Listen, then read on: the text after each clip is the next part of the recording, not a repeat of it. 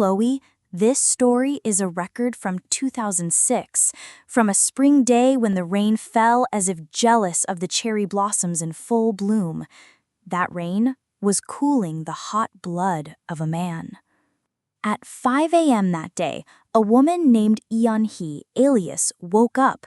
Her husband, who always came home by this time, hadn't returned.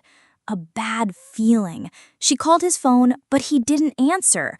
Her heart sank. Just 3 minutes after she reported him missing to the police, she got news about her husband. But it wasn't the news she was hoping for.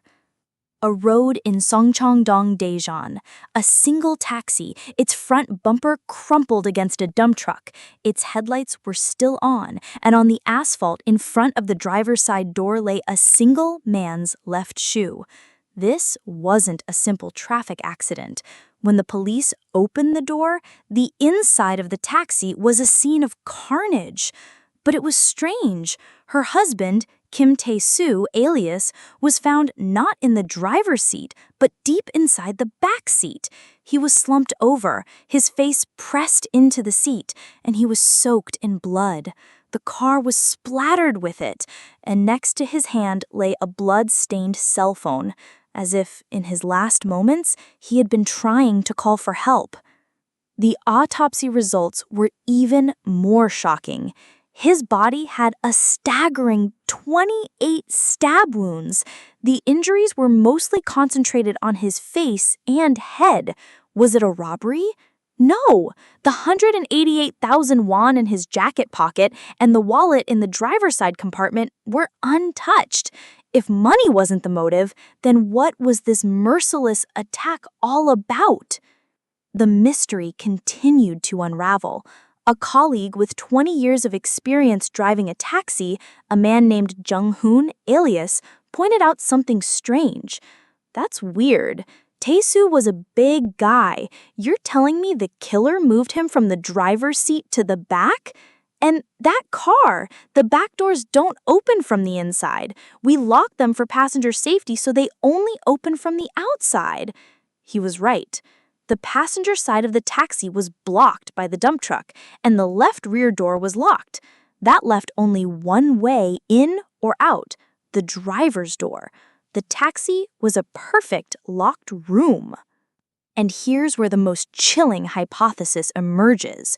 What if Kim Tae-soo intentionally crashed his car into the dump truck to trap the killer in the back?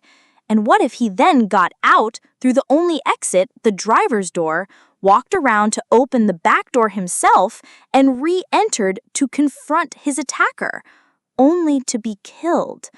The tragic theory that he willingly chose to lock himself into a cage with a monster?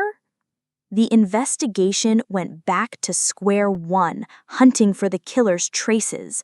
Fortunately, DNA that didn't belong to the victim was found all over the car. It was the killer's blood. There was hope. But after checking the DNA against more than 400 suspects, the police found no match.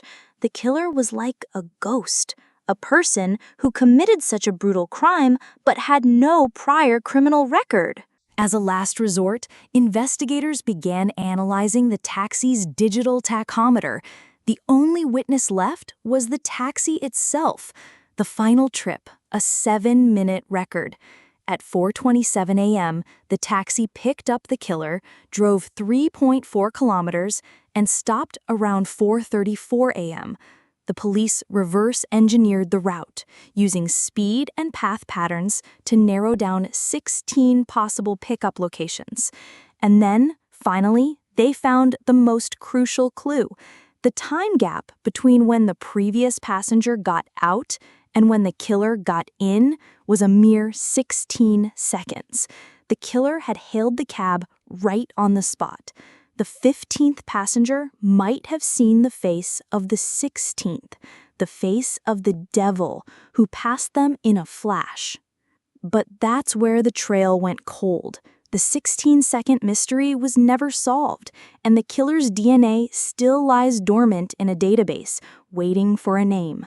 Every year, when the spring cherry blossoms bloom, His wife says she remembers the rain falling on that dark road. In his final moments, blocking 28 stab wounds with his body, what was he trying to protect? The ghost who boarded a taxi in a 16-second window. When will the final piece of that puzzle finally reveal itself?